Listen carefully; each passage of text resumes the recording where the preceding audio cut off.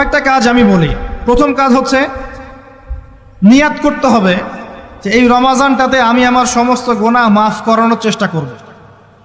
কারণ নবী সাল্লাল্লাহু আলাইহি ওয়াসাল্লাম বলেছেন, সেই ব্যক্তির জন্য ধ্বংস যে ব্যক্তি রমজান মাসকে পেয়েছে কিন্তু তার গুনাহ মাফ করাতে পারে না। কে জানে এটা আমাদের শেষ রমাদান হতে পারে, আল্লাহ না করুক।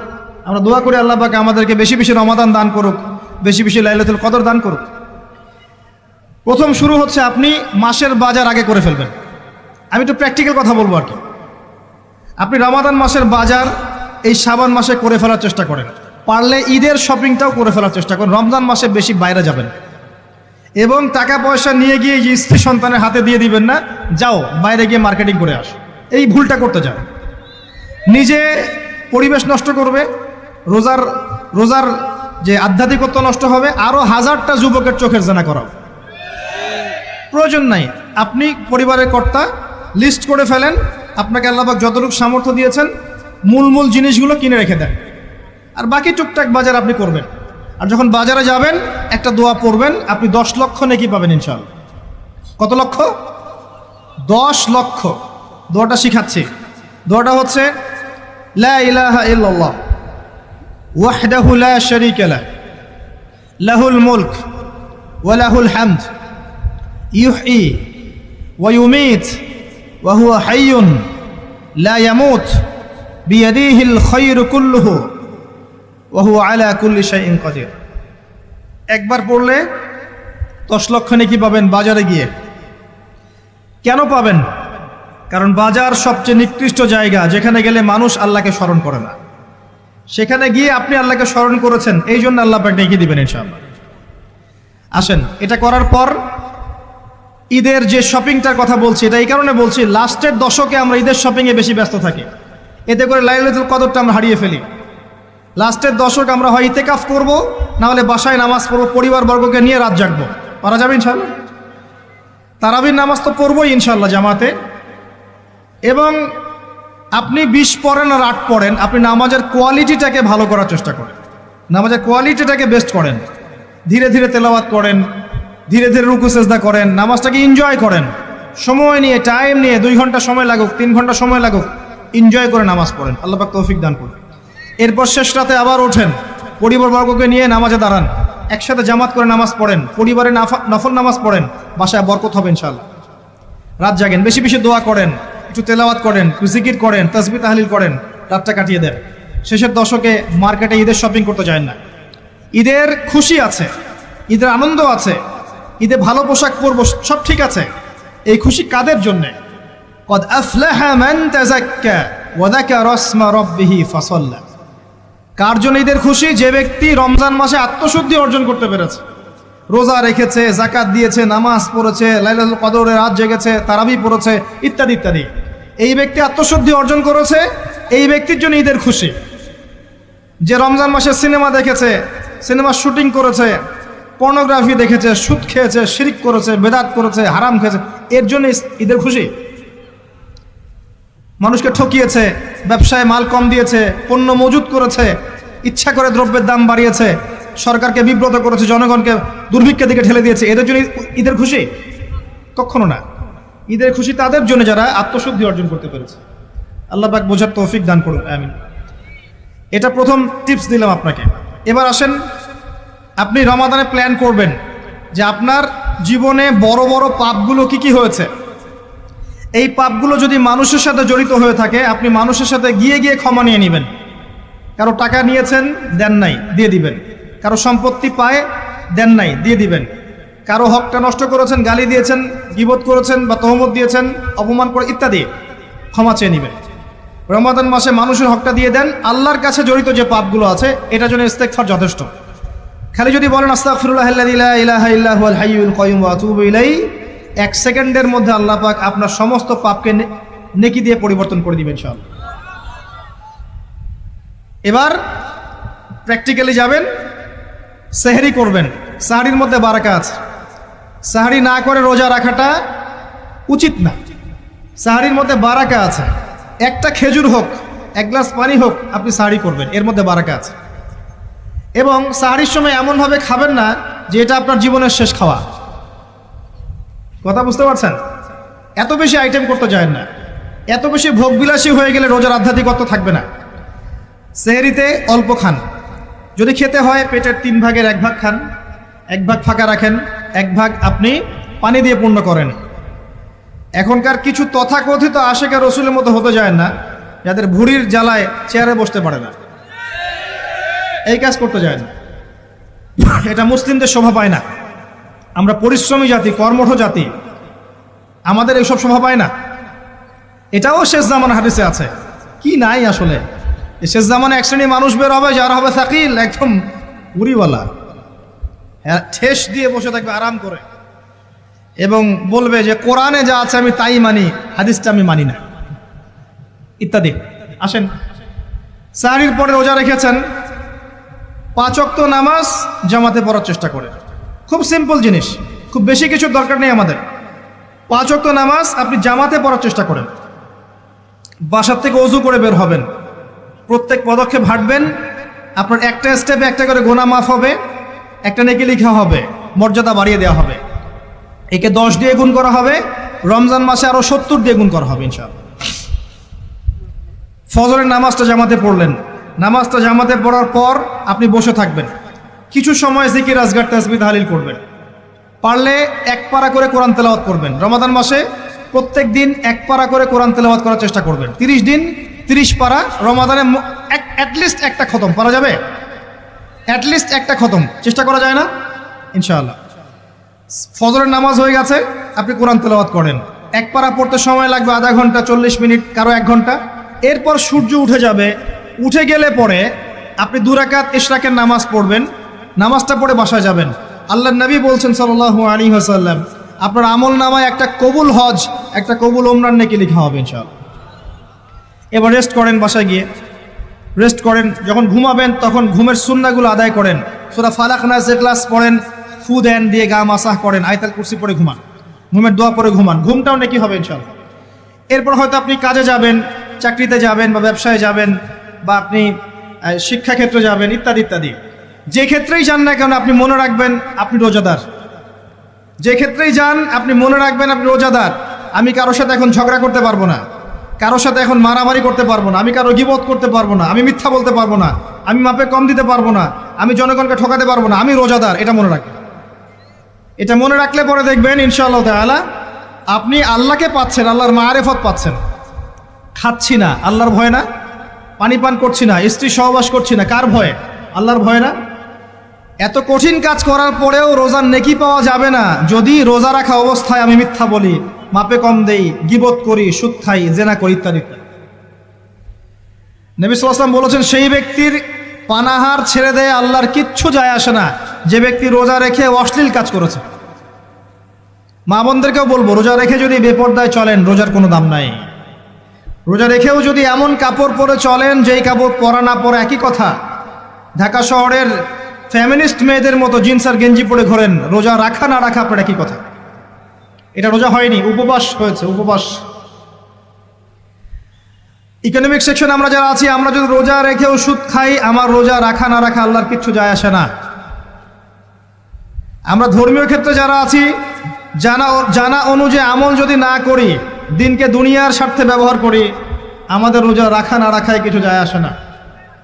আমরা যদি মিথ্যা বলি, অন্যের গীবত করি, অশ্লীল কাজ করি, গার্লফ্রেন্ডের সাথে সময় কাটাই, ওর সাথে কফি খেতে যাই, ডেটিং করতে যাই, এই যে ফেসবুকের মাধ্যমে চ্যাটিংয়ে প্রেম করি, ইউটিউবে অশ্লীল ভিডিও দেখি, পর্নোগ্রাফি দেখি, ইত্যাদি ইত্যাদি, এইসব রোজা রাখা না রাখা আল্লাহর কিচ্ছু যায় আসে না। আমি হাত জোর করে মিনতি করছি ভাই, খাওয়া পান করা, স্ত্রী সহবাস ছেড়ে দেওয়ার নাম রোজা নয়, এটার নাম রোজা নয়, এটা একটা অংশ রোজার মাত্র। রোজা রেখে আল্লাহর যাবতীয় হারাম ত্যাগ করলে পরে রোজা হবে ইনশাআল্লাহ। এই কাজগুলো করার চেষ্টা করি, আল্লাহ পাক তৌফিক দান করুন। রোজা রাখা অবস্থায় আপনি বেশি বেশি জিকির করবেন। কি করবেন?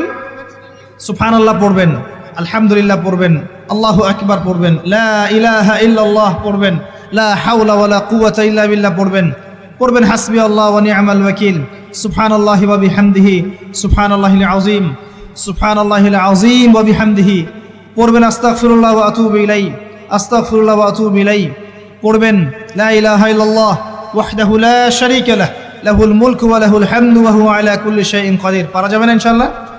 বেশি বেশি পড়বেন। আরেকটা কাজ করবেন, প্রতিটা কাজ নবী সাল্লাল্লাহু আলাইহি ওয়াসাল্লামের সুন্নাহ মাফিক করার চেষ্টা করুন। সুন্নাহ মাফিক, খাচ্ছেন তার সুন্নাহ মাফিক, টয়লেট করছেন তার সুন্নাহ মাফিক, ঘুমাচ্ছেন তার সুন্নাহ মাফিক। সুন্নাহর বইগুলো আছে না বাজারে, কিনে নেবেন, কিনে নিয়ে দেখবেন প্রতিটা কাজ কিভাবে করলে সুন্নাহ হবে। এই কাজগুলো করতে গিয়ে আপনাকে গভর্নমেন্ট বাধা দিবে, বিশ্বের পরাশক্তিরা বাধা দিবে, আপনাকে কি কেউ পিটাবে এগুলো করলে, জেল খাটাবে? এগুলো আমাদের ব্যক্তি স্বার্থের ব্যাপার, ইচ্ছা করলেই করা যায়। এই ইচ্ছাটা আল্লাহ পাক আমাদের অন্তরে জাগ্রত করুন, আমিন। একটা কাজে কথা বলবো, নর্মালি আমরা ফরজগুলোতে বেশি ফোকাস করি, ফরজ ওয়াজিবে। রমজান মাসে সুন্নত মোস্তাহাবেও ফোকাস করতে হবে। রমাদানে একটা নফল আপনাকে ফরজের নেকি দিয়ে দিবে ইনশাল্লাহ, রমাদান একটা সুন্নাহ আপনাকে ফরজের নেকি দিবে ইনশাল্লাহ। তো রমজান মাসে শুধু ফরজ নয়, একটু সুন্নাহ সলাৎগুলো, নফল সলাৎগুলো একটু বেশি বেশি পড়ার চেষ্টা করি, আল্লাহ পাক তৌফিক দান করুন। স্পেশালি একটা কাজ করার চেষ্টা করতে পারি, অজু যখন ভেঙে যায়, টয়লেট করলেন অজু ভেঙে গেল, সাথে সাথে হালকা করে অজু করে ফেলার চেষ্টা করে, সবসময় পবিত্র থাকার চেষ্টা করে। বেলাল আল হাবাশি নাম শুনেছেন? রাদিয়াল্লাহু আনহু। নবী সাল্লাল্লাহু আলাইহি ওয়াসাল্লাম বলছেন, আমি যখনই জান্নাতে গিয়েছি বেলাল তোমার পায়ের শব্দ শুনেছি। সুবহানাল্লাহ। যেই বেলালকে উত্তপ্ত মরুভূমিতে শুইয়ে নির্যাতন করা হচ্ছে, সেই বেলাল বলছেন আহাদুন আহাদ। সেই বেলাল রাদিয়াল্লাহু আনহুর নামে শানে সূরা নাজিল হচ্ছে কুল হুয়াল্লাহু আহাদ। ওই বেলাল রাদিয়াল্লাহু আনহুকে নবী সাল্লাল্লাহু আলাইহি ওয়াসাল্লাম বলছেন, যখনই জান্নাতে যাই তোমার পায়ের আওয়াজ শুনি, তুমি কি এমন আমল করো যার কারণে এই মর্যাদা তোমার? বেলাল রাদিয়াল্লাহু আনহু বলছেন, আমি তো স্পেশাল তেমন কোনো আমল করি না, আপনারা যা করেন আমিও তাই করি, তবে আমার যখনই ওযু ভেঙে যায় আমি ওযু করি, আর আমি ওই ওযু দিয়ে 2 রাকাত নামাজ পড়ি। এটাকে তাহিয়াতুল ওযুর নামাজ বলে। রমজান মাসে করার চেষ্টা করি, আল্লাহ পাক তৌফিক দান করুন। আমরা অনেকে মসজিদে যাই, ধাপ করে বসে পড়ি, করি না এই কাজটা? মসজিদে গিয়েছি, ধাপ করে আগে বসে পড়ি। মসজিদে গিয়ে 2 রাকাত নামাজ পড়ে বসা সুন্নত। মিনিমাম 2 রাকাত নামাজ পড়ে বসলে আপনি তাহিয়াতুল মসজিদের নেকি অর্জন করলেন, মসজিদের হকটা আদায় করলেন। ওই জায়গা আপনার জন্য সেজদার সাক্ষী থাকলো, কিয়ামতের মাঠে আপনার পক্ষে সাক্ষী দিবেন ইনশাআল্লাহ। এই সুন্নাহগুলো আমরা চর্চা করার চেষ্টা করি রমজান মাসে। রমজান মাসে দাড়িটা ছেড়ে দেন, দাড়িটা ছেড়ে দেন। এটা একমাত্র ভিজিবল সুন্নত, দৃশ্যমান সুন্নত, যেটা আপনার সাথে কবরও যাবে। যখন কাফন দেয়া হবে তখন দেখা যাবে না আমার সাথে আর কোন কোন সুন্নাহ আছে, এই একটা সুন্নতই দেখা যাবে আমার সাথে কবরে যাচ্ছে। কথা কি বুঝতে পারছেন? আর এটাকে আমরা এখন যত পারি মেয়ে হওয়ার চেষ্টা করছি। নবীজি বলেছিলেন শেষ জামানায় ছেলেরা মেয়েদের পোশাক পরবে আর মেয়েরা ছেলেদের পোশাক পরবে। দেখবেন মেয়েরা এখন ফর্মাল পোশাক পরছে, জিন্সের গেঞ্জি পরে ঘুরছে, আর ছেলেরা ক্লিন শেভড, ছেলেরা মেয়েদের মতো গাল বানাচ্ছে। আর কোন সাইনের জন্য অপেক্ষা করছেন? নবীজি বলেছিলেন উঁচু উঁচু বিল্ডিং নির্মাণের প্রতিযোগিতা করা হবে। একবার এয়ারে ঢাকার কাছাকাছি আসবেন, এয়ারে তো সফর করেছেন আপনারা অনেকেই, যখন এয়ার ফ্লাই করে, টেক অফ করে বা ল্যান্ড করে, তখন ঢাকার কাছাকাছি, তখন উপর থেকে আপনি ঢাকাকে দেখবেন। কেন বলেছি this is the city of Akhiruzzaman, কেন বলেছি? নবীজি বলেছেন কিয়ামতের 2টা মেজর সাইন, 2টার মধ্যে একটা হচ্ছে আনতারাল হুফাতাল উরাতাল আলাতা রিয়াশাইয়া তাতাওয়ালুনা ফিল বুনিয়ান। যখন সমাজের দরিদ্র শ্রেণীর মানুষেরা, যাদের পায়ে স্যান্ডেল ছিল না, গায়ে কাপড় ছিল না, এরা উঁচু উঁচু বিল্ডিং নির্মাণের প্রতিযোগিতা করতে থাকবে, ফান্তাজিরিস সাআহ, তখন কিয়ামতের অপেক্ষা করতে থাকো। আজকে থেকে 100 বছর আগে ছিল এগুলা? 200 বছর আগে ছিল? সুবহানাল্লাহ। আর কোন সাইনের জন্য অপেক্ষা করছেন? তিনি বলেছেন শেষ জামানায় women will dressed but still they will be naked. মহিলারা কাপড় পরবে, তারপরেও তারা নগ্ন থাকবে। আপনি ঢাকার শপিং মলে যান, আপনি দেখেন। আর কোন সাইনের জন্য অপেক্ষা করছেন? শুধু ঢাকা কেন, গ্রামগঞ্জে ছড়িয়ে পড়েছে এগুলো, এখন গ্রামেও ছড়িয়ে পড়েছে। গ্রামে আরো বেশি দেখা গেছে মাশাআল্লাহ। গ্রামে গিয়ে আমরা হতভাগ, সুবহানাল্লাহ। গ্রামের মেয়েগুলা, গ্রামের মেয়ে ঢাকা শহরের মেয়েকে পার করে ফেলেছে। বাদ দেন, ওইদিকে না যাই, ডিফারেন্ট টপিক। আমরা রমাদান মাসের সুন্নাহগুলো আমল করার চেষ্টা করি। তাহিয়াতুল মসজিদ আমল করার চেষ্টা করেন, তাহিয়াতুল ওযু আমল করার চেষ্টা করেন, বেশি বেশি জিকির করেন। এবার আসেন রমাদানে জাকাত হিসাব করবেন। জাকাত, আপনার জাকাত হিসাব করেন কত টাকা জাকাত এসেছে। জাকাতের হিসাব জানেন তো? হ্যাঁ, 7.5 ভরি স্বর্ণ, রৌপ্য কত? 52.5 তোলা। আপনার এই চাষাবাদের ওসর আসে, ব্যবসায়িক পণ্য থাকলে, সঞ্চিত সম্পদ থাকলে সব কিছু হিসেব করে মুফতি সাহেব আছেন, কওমি মাদ্রাসার আলেমদের কাছে যাবেন, জাকাতের ক্যালকুলেশন করে নেবেন যে আমার এত টাকা জাকাত এসেছে। এভাবে জাকাতটা রমজান মাসে দিয়ে দেওয়ার চেষ্টা করেন। জাকাত যদি আমরা না দেই, একটা শাস্তি শুনে রাখেন, আল্লাহ পাক এই সম্পদগুলোকে একত্রিত করে গলাবেন, গলিয়ে কপালে, গালে আর এই যে পিঠে লেপটে দিবেন, বলেন নাউজুবিল্লাহ। এবং এটা একটা সাপের আকৃতি ধারণ করবে, সাপ গলায় পেঁচানো থাকবে, কপালে দংশন করতে থাকবে, বলবে আমি তোমার মাল সাত ভোগ করো, আমি তোমার মাল সাত ভোগ করো। কবর এটা হবে, আমরা চোখে না দেখলেও ওটা সত্য। নবীজি দেখে এসেছে মেরাজের রাতে এগুলা। এরপরে জাকাতের একটা সুবিধা আছে, এটা আমরা বুঝাতে পারি না। জাকাত ইসলামিক ইকোনমিক্সের বেইস। জাকাত ধনীর সম্পদে গরিবের হক। যে গরিবের কাছে টাকা পয়সা নাই, আপনার টাকা ওর হাতে চলে যাবে, ও খেয়ে পরে বাঁচতে পারবে, এটাই জাকাত। বুঝতে পারছি? জাকাতটা না দেন, ও আস্তে আস্তে আস্তে আস্তে আরও দরিদ্র হতে থাকবে। এর উপর আবার সুদ আছে, আবার পেপার মানিও আছে। জাকাতগুলো দিয়ে দেন, আল্লাহর ওয়াস্তে জাকাত দিয়ে। অনেক মুসলিম আছে আমরা নামাজ পড়ে জাকাত দেই না। অনেক মুসলিম আছে জাকাত দেয় না, নামাজ পড়ে। জাকাত অস্বীকারীদের বিরুদ্ধে আবু বকর সিদ্দিক রাদিয়াল্লাহু আনহু যুদ্ধ করেছিলেন। অ্যাজ এ আমির, রাষ্ট্রের পক্ষ থেকে যুদ্ধ করেছিলেন। আল্লাহ পাক আমাদেরকে জাকাত আদায় করার তৌফিক দান করুন। ফসল থাকলে ফসল, এর ওসর আসবে, ওসর এটা দিয়ে দিবেন। সেচের পানিতে হলে এক হিসাব, আর আপনার বৃষ্টির পানিতে হলে এক হিসাব। রমজান মাসে বেশি বেশি দান সাদাকা করবেন, বেশি বেশি মানুষকে দান সাদাকা করেন। পণ্যের দাম কমিয়ে দেন, মানুষকে সাদাকা করেন। প্রত্যেকটা দিন 10 টাকা, 20 টাকা, 100 টাকা সাদাকা করতে চেষ্টা করেন। এক একটা সাদাকা 70 গুণ বেড়ে যাবে ইনশাআল্লাহ। আমি আরেকটা নসিহা করব, রমজান মাসে বেশি থেকে বেশি মানুষকে খাওয়ান, বেশি বেশি খাওয়ান, ইফতার করান। আমি বলি মসজিদগুলোতে প্রত্যেক দিন আসর থেকে মাগরিব পর্যন্ত দিনের কথাবার্তা আলোচনা করেন, তালিম করেন। আপনাদের কাছে বই আছে, মুনতাকা হাদিস আছে, ফয়জুল কালাম বই আছে, রিয়াদুস সালেহিন বই আছে, মেশকাত আছে, আলেম আছেন, ইমাম সাহেব আছেন। একটা বিশেষ বিষয় নিয়ে আলোচনা শুরু করেন, মাগরিব পর্যন্ত আলোচনা চলবে, সবাই মিলে ইফতার করেন। একটা ইসলামিক পরিবেশ গড়ে তোলেন, মানুষকে ইফতার করেন, বেশি বেশি ইফতার করেন। আপনার সামর্থ্য থাকলে, সামাজিক যদি পদমর্যাদা থাকে, সমাজের মানুষকে আপনি ইফতার করান, ইফতার পার্টি করে, ইফতার অ্যারেঞ্জমেন্ট করেন। পার্টি বলা ঠিক না, আসলে ইফতার মাহফিল বলতে পারি আমরা। ইফতার মাহফিল করেন বেশি বেশি, মানুষকে ইফতার। একজন ব্যক্তিকে ইফতার করালে ওই ব্যক্তির রোজার নেকি আপনি পেয়ে যাবেন ইনশাআল্লাহ। প্রজেক্ট করেন, ইফতারের প্রজেক্ট করেন, মানুষের টাকাগুলো নেন, সংগ্রহ করে গরিবদের মাঝে ইফতার বিলিয়ে দেন। দুটা পদ্ধতি হতে পারে, আমি নিজেও করবো ইনশাআল্লাহ তাআলা। দুটো পদ্ধতি হতে পারে, ডেইলি বেসিসে ইফতার দিতে পারেন, অথবা মাসের বাজার করে দেন। এক মাসে কি কি লাগে, কতটুকু চাল, বুট, ডাল লাগে লিস্ট করেন, করে একটা ফ্যামিলিতে একটা প্যাকেট পাঠিয়ে দেন। দেখবেন পুরো ফ্যামিলি ইনশাআল্লাহ তাআলা রমজান মাসটা খেয়ে পরে বাঁচতে পারবে। এগুলো আমরা না করলে কারা করবে? অমুসলিমরা করবে। অমুসলিমরা করে করেই তো সবাইকে খ্রিস্টান বানাচ্ছে। কোথায় আছেন আপনি? সমাজ সেবা করে করে তো মানুষের ঈমান আমল হরণ করে ফেলছে, আর আমরা সমাজ সেবা করতে চাচ্ছি না। জি, আমরা গরিব মানুষের পাশে দাঁড়াচ্ছি না, ওরা গিয়ে দাঁড়াচ্ছে। দেখবেন মানুষ বলছে হ্যাঁ এই ধর্মটা ভালোই, আমি খ্রিস্টান হয়ে যাই।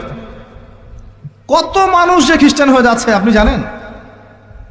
পরে বুঝবেন, যখন আমরা এই যে হাত বাঁধা, পায়ে পা রফুলে ইত্যাদি নিয়ে মারামারি করছি, কে কোন মাযহাব, কে কোন তরিকা, কার কোন ত্রুটি আছে, এগুলো নিয়ে আমরা সোশ্যাল মিডিয়ায় ঘাটাঘাটি করছি।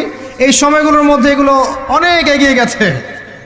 এরা আরও এসব এই খোরমা জিলাপি নিয়ে মারামারি করতে থাক, দেখবেন আস্তে আস্তে আস্তে আস্তে কোন দিকে চলে যায় পরিস্থিতি। গলার মধ্যে দড়ি দিয়ে ফাঁস লাগানো হয়ে গেছে, খালি টানা বাকি আছে। আরে এখন ঝগড়া করে বেড়াচ্ছে কোন আলেমের কোন সমস্যা।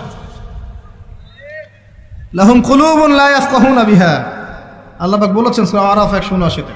রমজান মাসে বেশি বেশি ইফতার করান, বেশি বেশি দান সাদাকা করেন। আর একটা কাজ বলে আমি শেষ করছি, রমজান মাসে পরিবারকে সময় দেন। পরিবারকে সময় দেন, পরিবারের হক আছে আমাদের উপরে। স্ত্রীকে সময় দেন, স্বামীকে সময় দেন, একসাথে ইফতার বানান, একটা পরিবেশ, একটা আনন্দ, একটা উৎসবের আমেজ যেন বিরাজ করে। ছোট ছোট বাচ্চাদেরকে রোজা রাখতে উৎসাহিত করেন, সবাই একসাথে বসে একটা বড় প্লেটে ইফতার করেন। বাচ্চারা যখন বড় হবে তখন বলবে ছোটবেলায় আমরা বাবা মার সাথে এভাবে ইফতার করেছি, সংস্কৃতি লালন করেছি। পারিবারিক হৃদ্যতা চলে আসেন, প্রতিবেশীকে ইফতার পাঠান, প্রতিবেশীকে ইফতার হাদিয়ে দেন, মসজিদে একসাথে ইফতার করেন। তারপর রাতের বেলা তাহাজ্জুদে দাঁড়ান, তারাবিতে দাঁড়ান, তারাবি নামাজে ধীর স্থিরভাবে কেরাত করেন। ইমাম যাকে নিযুক্ত করবেন তাকে সুললিত কণ্ঠে কোরআন তেলাওয়াত করতে বলবেন ধীর স্থিরভাবে, তাকে প্রেশার দিবেন না। তার দায়িত্ব নিয়ে নেন।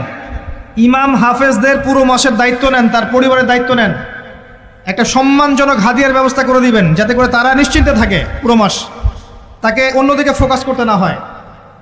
অন্য অন্য কান্ট্রিতে যখন কোনো সায়েন্টিস্ট থাকে তার পরিবারের দায়িত্ব পুরো রাষ্ট্র নিয়ে নেয়, সে ঠান্ডা মাথায় গেলে গবেষণা করবে। একই প্রসেস, আপনি আলেম ওলামা ইমাম হাফেজদের দায়িত্ব নিয়ে নেন, তার পরিবারের দায়িত্ব নিয়ে নেন। বা হুজুর আপনি আপনার কাজ করেন, আমরা আপনার পরিবার দেখছি। তাকে আপনি কোরআন তেলাওয়াত করতে দেন, কোরআন হিফজ করবে, মানুষকে কোরআন শেখাবে, তারাবির নামাজ পড়বে, ইমামতি করবে, মানুষকে দার্স দিবে, খুতবা দিবে। আসেন যে মেজর পয়েন্টটা বাকি আছে সেটা বলি। তার আগে এটাও বলি যে ইফতার করার সময় বেশি খাবেন না। যদি আপনি বেশি খান তাহলে আপনি তারাবির নামাজে দাঁড়াতে পারবেন না। আর একটা মেজর কথা, এটা লাস্ট পয়েন্ট, সেটা হচ্ছে এই মাসে কি নাজিল হয়েছে ভাই? কোন কারণে এই মাসটা সম্মানিত? এই মাসে আল্লাহর কিতাবকে সময় দিতে হবে, এই কিতাবকে সময় দিতে হবে। আল্লাহ রাব্বুল আলামিন বলেছেন এই কিতাবের মধ্যে সব কিছুর সমাধান আছে। আল্লাহ পাক বলেছেন এই কিতাবে কোনো সন্দেহ নাই। আল্লাহ পাক বলেছেন এই কিতাব আমাদের জন্য সুসংবাদ এবং শেফা, আরোগ্য, রহমা। এখন একটু বসেন, একটু সময় নেন। এই কিতাব প্রথমত আপনাকে তিলাওয়াত করা শিখতে হবে। রমজান মাস আসার আগেই আপনি তিলাওয়াত করা শিখে ফেলেন। যদি না জানেন, রমজান মাসে পুরো 1 মাস তাজবিদ শিখবেন স্থানীয় ইমামের কাছে। পারবেন না? 1 মাসের মধ্যে কোরআন তেলাওয়াত শেখা সম্ভব, 1 মাসে শেখা সম্ভব। বলছিলাম রমাদান মাস এবং লাইলাতুল কদরকে সম্মানিত করা হয়েছে একটা কারণেই, কারণ এই মাসে এই রাতে আল কোরআন নাজিল করা হয়েছে। এটাই কারণ। কোরআন কখন নাজিল হলো? যখন সমাজে সুদ আছে, মদ আছে, জেনা আছে, ব্যভিচার আছে, শিরক আছে, এরকম সমাজে প্রথম কি নাজিল হলো? পড়ো। প্রথমে নাজিল হয়নি শিরক করো না, প্রথমে নাজিল হয়নি যে সুদ খেও না, প্রথম আয়াত এটা ছিল না জেনা করো না, প্রথম আয়াত এটাও ছিল না মূর্তি পূজা করো না। হ্যাঁ, প্রথম আয়াত কি? ইকরা, পড়ুন। আল্লাহ পাক বুঝাতে চাচ্ছেন সমাজের জাহিলিয়াতকে দূর করতে হলে লেখাপড়ার কোনো বিকল্প নাই, এবং সেই পড়াশোনাটা হতে হবে আল্লাহর ওহির আলোকে। যে ওহিটা আল্লাহ পাক নাজিল করেছেন এর বেসিসে আপনাকে পড়াশোনা করতে হবে। এই জ্ঞানটা দিয়ে আপনি সমাজ সংস্কার করতে পারবেন ইনশাআল্লাহ তাআলা। এর সাথে উপকারী জ্ঞানগুলো কি নিব না? অবশ্যই নিব। ওহির জ্ঞানের সাথে, কোরআন সুন্নাহর জ্ঞানের সাথে আমি ইতিহাসের জ্ঞান নিব, আমি পলিটিক্যাল সায়েন্সের জ্ঞান নিব, আমি দর্শনের জ্ঞান নিব, জিওপলিটিক্সের জ্ঞান নিব, প্রয়োজনে আমি সায়েন্সের জ্ঞান নিব, আমি কমার্সের জ্ঞান নিব, আর্টসের জ্ঞান নিব, মেডিকেল সায়েন্স পড়বো, ইঞ্জিনিয়ারিং পড়বো, সবই পড়বো। কিন্তু বেসিকটা কি হবে? কোরআন, সুন্নাহ, ইসলাম। এরপর আপনি ডাক্তার হন, ইঞ্জিনিয়ার হন, পলিটিশিয়ান হন, সামাজিক নেতা হন, প্রশাসনের ক্যাডার হন, আপনার জন্য মোবারকবাদ। আপনি যেখানেই যাবেন সেখানেই বরকত ছড়াবেন ইনশাআল্লাহ। যে পলিটিশিয়ানের ভিতরে তাকওয়া আছে তার দ্বারা দুর্নীতি সম্ভব না। যে প্রশাসনের কর্মকর্তার ভিতরে তাকওয়া আছে সে ঘুষ নিতে পারবে না, দুর্নীতি করতে পারবে না। যে আলেমের ভিতরে তাকওয়া আছে সে দিনকে দুনিয়ার বিনিময়ে বিক্রি করবে না। যে ডক্টরের ভিতরে তাকওয়া আছে সে ডাক্তার হবে, কসাই হবে না। যে ইঞ্জিনিয়ারের ভিতরে তাকওয়া আছে সে দেখবেন সত্যিকারের প্রকৌশলী হবে, সে কিন্তু চোর হবে না। ভিতরটা চেঞ্জ করতে হবে, ভিতরটা, এর নাম তাকওয়া। ভিতরটা চেঞ্জ করবে একটা জিনিস, আল্লাহর ওহী, কোরআন এবং সুন্নাহ, ইসলাম। এটা আপনার ভিতরকে পরিবর্তন করবে। আর আমরা অনেক বড় বড় কথা বলি অনেক সময়, কিন্তু মূল কাজটা হচ্ছে ভিতরটা পরিবর্তন করা। আমাদের সবার সাথে যার যার কলব যাবে, যার যার আমল যাবে। আল্লাহ পাক আমাকে কলার চেপে ধরে বলবেন না যে বাংলাদেশে ইসলামী খেলাফত কায়েম করে আসো নাই কেন, এটা আল্লাহ পাক আমাকে বলবেন না। আল্লাহ পাক বলবেন তোমাকে যে দায়িত্ব দিয়েছিলাম ওই দায়িত্ব ঠিকঠাক মতো পালন করেছো কিনা। আল্লাহ পাক এটা বলবেন না। বেসিকে আসেন, নিজের আত্মশুদ্ধি, এটা বেসিক। আলাইকুম আনফুসাকুম, নিজের নফসের খবর নাও, নিজের নফসটাকে পবিত্র করো। নিজের নফসের মধ্যে হিংসা ত্যাগ করো, বিদ্বেষ ত্যাগ করো, অহংকার ত্যাগ করো, রিয়া ত্যাগ করো, দুনিয়ার মোহ ত্যাগ করো। নিজের নফসের মধ্যে বেশি বেশি পরকালের ফিকির আনো, জিকির করো বেশি বেশি, কোরআন বেশি বেশি তেলাওয়াত করো, হালাল খাও, আদর্শ পরিবার গঠন করো, তাওহীদে থাকো, সুন্নতে থাকো, ইনশাল্লাহ হাসতে হাসতে জান্নাতে চলে যাবেন। একটা হাদিস আমি পড়েছি ফয়জুল কালাম বইয়ের মধ্যে, গতকালকে মাহফিলও বলেছিলাম, আপনাদেরকে বলছি। মাদ্রাসায় পড়ানো হয় ক্লাসিক্যাল একটা বই ফয়জুল কালাম, সবাই কিনতে পারেন, হাদিসের বই, চমৎকার কিছু হাদিস আছে। এখানে একটা হাদিস আছে আমাদের জন্য সুসংবাদ। নবী সাল্লাল্লাহু আলাইহি ওয়াসাল্লাম বলছেন, হে সাহাবীরা, তোমরা এমন একটা যুগের মধ্যে বাস করছো যেই যুগে কেউ যদি ইসলামের 10% ছেড়ে দেয় সে ধ্বংস হয়ে যাবে। সাহাবীদেরকে বলছেন, তোমরা এমন একটা যুগে বাস করছো এই যুগে ইসলামের 1/10 কেউ ছেড়ে দিলে সে ধ্বংস হয়ে যাবে। কিন্তু তোমাদের পরে এমন একটা যুগ আসবে যেই যুগে মানুষ যদি 1/10 ধরে রাখতে পারে, 10% ধরে রাখতে পারে, তাহলেই নাজাত পেয়ে যাবে ইনশাআল্লাহ। আমরা সেই যুগে আছি না? আমাদের চতুর্দিকে ফিতনা নয় কি? আপনার ঘরে ফিতনা, সমাজে ফিতনা, ইকোনমিক্সে ফিতনা, রাষ্ট্রে ফিতনা, বিশ্বে ফিতনা, ধর্মে ফিতনা, সবখানেই ফিতনা, ফাসাদ। আমরা সেই যুগের মধ্যে বাস করছি। আসুন, আল্লাহ পাক কোরআন নাজিল করলেন, প্রথমে পড়তে বললেন। তার মানে আল কোরআন এবং সুন্নাহ এগুলোকে পড়া শিখতে হবে। বড় বড় স্বপ্ন দেখার আগে আমাদেরকে বেসিক ঠিক করতে হবে, পড়াশোনা করতে হবে। আল্লাহ পাক আমাদের যুব সমাজকে পড়াশোনা করার তৌফিক দান করুন। রমাদান মাসে এটা নাজিল হয়েছে। আল্লাহ পাক সূরা বাকারায় বলছেন, শাহরু রমাদানাল্লাযী উনজিলা ফীহিল কুরআন। রমাদান সেই মাস যেই মাসে কোরআন নাজিল করা হয়েছে। কি জন্য নাজিল করা হয়েছে? হুদাল লিন্নাস। এই কোরআন হচ্ছে মানব জাতির জন্য হেদায়াত, নট অনলি ফর মুসলিমস। এটা শুধু মুসলিমসদের জন্য হেদায়াত নয়, হুদাল লিন্নাস, পুরো মানব জাতির জন্য হেদায়াত। কোরআনে ইহুদির জন্য হেদায়েত আছে, খ্রিস্টানের জন্য আছে, অমুসলিম হিন্দুদের জন্য আছে, সবার জন্য কোরআন। এটা সাম্প্রদায়িক কোনো কিতাব নয়, এটা টোটালি অসাম্প্রদায়িক একটা বই। আল কোরআন যে কেউ পড়তে পারে। এটা কারো পৈতৃক সম্পত্তি নয় যে একটা শ্রেণীর মানুষই পড়বে বাকিরা পড়বে না, সবাই পড়বে ইনশাআল্লাহ তাআলা। এটা আল্লাহর কিতাব, আল্লাহর কালাম। হুদাল লিন্নাস ওয়া বাইয়িনাতিন মিনাল হুদা, এটা হচ্ছে সত্য মিথ্যার মানদণ্ড। বাইয়িনাত, সুস্পষ্ট মানদণ্ড। আর কি? ওয়াল ফুরকান, প্রমাণ, হুজ্জাত, দলিল। এটা আল্লাহ পাক কোরআন সম্পর্কে বলছেন।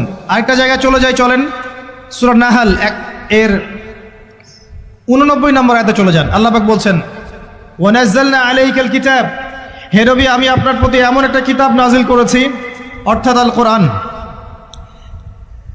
ওয়া নাযালনা আলাইকাল কিতাব তিবয়ানান লিকুল্লি শাই, যেই কিতাবটা প্রত্যেকটা বিষয়ের ব্যাখ্যা। আপনি কি আমার কথা শুনতে পারলেন? আল্লাহ বলছেন কোরআন প্রত্যেকটা বিষয়ের ব্যাখ্যা।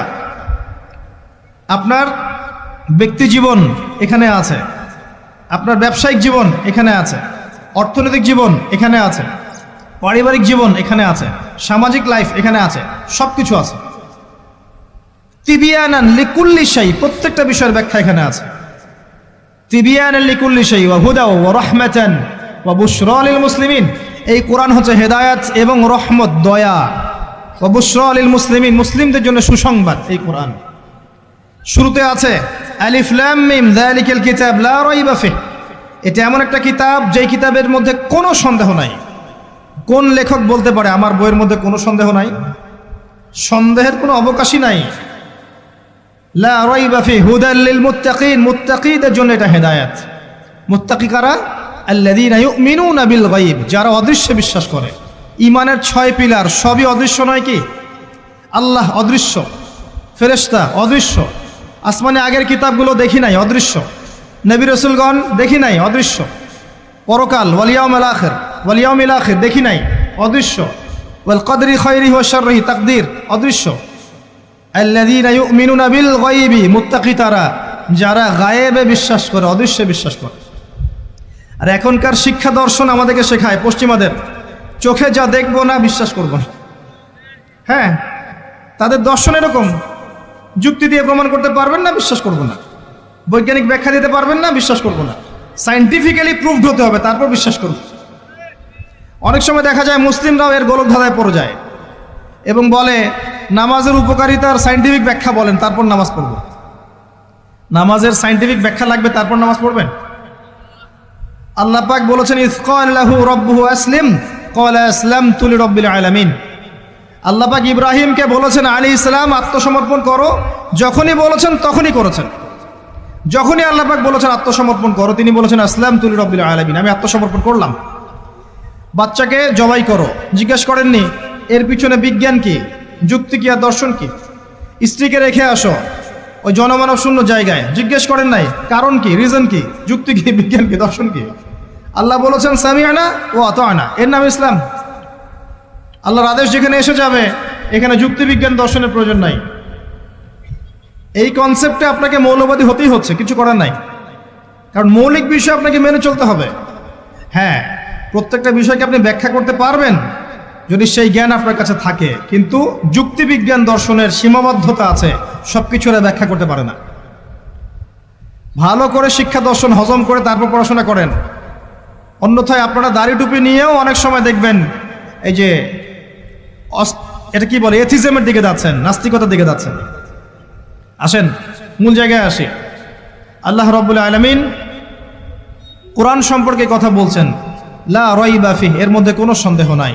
একই সূরার মধ্যে আল্লাহ পাক বলছেন যে ওয়া ইন কুনতুম ফি রাইবিন মিম্মা নাযালনা আলা আবদিনা ফাতু বিসূরাতিন মিন মিথলি, তোমরা যদি এই কিতাব নিয়ে সন্দেহ করে থাকো যে এই কিতাব আল্লাহর পক্ষ থেকে এসেছে নাকি অন্য কারো পক্ষ থেকে এসেছে, তোমরা যদি এই কিতাব সম্পর্কে সন্দেহ পোষণ করো যেটা কি আল্লাহর পক্ষ থেকে এসেছে না অন্য কারো পক্ষ থেকে এসেছে, তাহলে এর মতো কিছু আয়াত নিয়ে এসে দেখাও, একটা সূরা রচনা করে দেখাও। ওয়াদউ শুহাদাকুম মিন দুনিল্লাহি ইন কুনতুম সাদিকিন, তোমাদের যত সাক্ষী আছে, সহকর্মী আছে, তোমাদের সাপোর্ট দেওয়ার মতো যারা যারা আছে সবাইকে ডেকে নিয়ে আসো, এনে এই কোরআনের মতো একটা সূরা রচনা করে দেখাও যদি সন্দেহ পোষণ করে থাকো। আল্লাহ এর পরে বলছেন ওয়া ইল্লাম তাফআলু, তোমরা যদি এটা করতে না পারো, ওয়ালাম তাফআলু, কোশ্চেন কালেও পারবে না। তোমরা যদি এটা করতে না পারো, মানে একটা সূরা রচনা করতে না পারো, এরকম কোনো কিতাব রচনা করতে না পারো, একটা আয়াতও রচনা করতে না পারো, তাহলে জেনে রাখো ফাত্তাকুন নার আল্লাতী ওয়াকুদুহা আন-নাস ওয়াল হিজারা, সেই আগুনকে ভয় করো যার ইন্ধন হবে মানুষ এবং পাথর। উইদ্দাত লিল কাফিরিন, যা কাফেরদের জন্য প্রস্তুত করা হয়েছে। আল্লাহ পাক এই কোরআনটা নাজিল করেছেন কোন মাসে ভাই? রমাদান মাসে। আসেন প্রথমে বলে নেই আমরা রমাদানকে কিভাবে পালন করার চেষ্টা করব, এরপরে আসছি রমাদানকে কেমন করে কোরআনময় করবেন। এই দুইটা পয়েন্ট। এক নাম্বার, হতে পারে এই রমাদান আপনার জীবনের শেষ রমাদান হতে পারে। শয়তান আপনাকে তিনটা ধোঁকা দিতে পারে। শয়তান আপনাকে বোঝাতে পারে আপনি অনেক জানি, আমার জানার দরকার নাই। শয়তান বোঝাতে পারে আমার বয়স হয়ে গেছে, আমার দ্বারা হবে না। শয়তান বোঝাতে পারে আমার অনেক সময় পড়ে আছে, পরে শিখে নিব। আল্লাহর ওয়াস্তে শয়তানের ধোঁকায় পড়বেন না। এই মাসে কোরআন শেখেন, কে জানে আপনি আগামী মাস পান কিনা। কোরআন শিখে নেন, রমজান মাসে তেলাওয়াত করে শিখে নেন, কি পাবেন। কয়েকটা হাদিস বলছি। নবী সাল্লাল্লাহু আলাইহি ওয়াসাল্লাম বলেছেন এই কোরআন আপনার পক্ষে দলিল হবে অথবা বিপক্ষে দলিল হবে। হুজ্জাতুন লাকা ওয়া আলাইক, আপনার জন্য শাফিউল লিআসহাব, এটা সুপারিশকারী হবে আপনার জন্য। প্রত্যেক হরফে আপনি 10টা করে নেকি পাবেন। কোনোদিনও আমি বলি নাই কোরআন তেলাওয়াত করলে নেকি হবে না। এই যে কাটছাট ভিডিও দেখলে আলেম ওলামাও ভুল মেসেজ পায়, এবং দেখা যায় একজন বরেণ্য আলেম হয়েও ভুল কথা বলতে শুরু করে। এজন্যই বলি এর ক্ষতিকর দিক কত। মূল বিষয় তার নখদর্পণে নাই, একটা কাটছাট ভিডিও দেখেছে, দেখেই কথা বলা শুরু করলো। কিন্তু সে আলেম, তার জানা উচিত কাফা বিল মারই কাযিবান ওয়া হুয়া ইয়াকুল কুল্লামা সামিআ, একজন মানুষের জন্য মিথ্যাবাদী হওয়ার জন্য এতটুকু যথেষ্ট, যা শুনলাম যাচাই বাছাই না করেই প্রচার করলাম। ইয়া আইয়ুহাল্লাযীনা আমানু ইন জাআকুম ফাসিকুম বিনাবাইন ফাতাবায়ানু, কোনো ফাসিক যদি কোনো খবর নিয়ে আসে সেটা আগে তথ্য যাচাই করো, তারপরে কথা বলো। ইজতানিবু কাসীরাম মিনাজ যন, বেশি বেশি অনুমান থেকে বেঁচে থাকো। ইন্না বা'দা যন্নি ইসম, এগুলো আমরাই ভুলে যাচ্ছি এখন। আমি বলছি বারবার, স্পষ্ট করে বলছি, কোরআন তেলাওয়াত করলে প্রত্যেক হরফে 10টা করে নেকি হবে। এবং কোরআন তেলাওয়াত করলে আপনার জীবনে বরকত আসবে, রিজিকে হায়াতে বরকত আসবে, আপনার কলবে আল্লাহর নূর আসবে ইনশাআল্লাহ তাআলা। কোরআন আপনার পক্ষে সাক্ষী দিবে, আপনার পক্ষে দলিল হবে, হুজ্জা হবে ইনশাআল্লাহ। প্রত্যেক হরফে 10 নেকি। তবে তবে শুধু তেলাওয়াত করলেই আমি কোরআনের অর্থগুলো বুঝতে পারবো না, আর অর্থগুলো না বুঝলে আমি কোরআনে আল্লাহর মৌলিক মেসেজগুলো ধরতে পারবো না, ধরতে না পারলে সেই মেসেজগুলোর উপর আমল করতে পারবো না। এই কারণে কোরআনের অর্থটা বোঝা জরুরি, এর ভাষা শেখা জরুরি, কারণ আদেশ নিষেধ আমাকে মানতে যেতে হবে। এবং কোরআন গবেষণা করতে হলে অবশ্যই অর্থ জানতে হবে, ভাষা শিখতে হবে, এর তাদাব্বুর তাফাক্কুরে ডুবে যেতে হবে, যেটা শুধুমাত্র তিলাওয়াত করা সম্ভব নয়। এটা বোঝাতে চেয়েছে। এর চেয়ে পরিষ্কার করে কি বলতে পারি বলেন? সুবহানাল্লাহ। আল্লাহ পাক আমাদেরকে বোধ শক্তি দান করুন। আল্লাহর ওয়াস্তে রমজান মাসে ভাই কোরআন তেলাওয়াত বাড়িয়ে দেন। যারা হাফেজ আছেন এই মাসে হিফজ চর্চা করবেন। আমার জন্য দোয়া করেন যেন আমি এই মাসে পুরোটা হিফজ করতে পারি। হিফজ চর্চা না করতে করতে অনেকটা ভুলেই যাচ্ছি। আসলে নবী সাল্লাল্লাহু আলাইহি ওয়াসাল্লাম বলেছেন, চর্চা না করলে কোরআন এত দ্রুত কলব থেকে বের হয়ে যায় যে একটা উটকে যদি ছেড়ে দেন সে যত দ্রুত চলে যাবে। আমাদের জন্য, আমার জন্য দোয়া করবেন যাতে কোরআনের হকটা আদায় করতে পারি।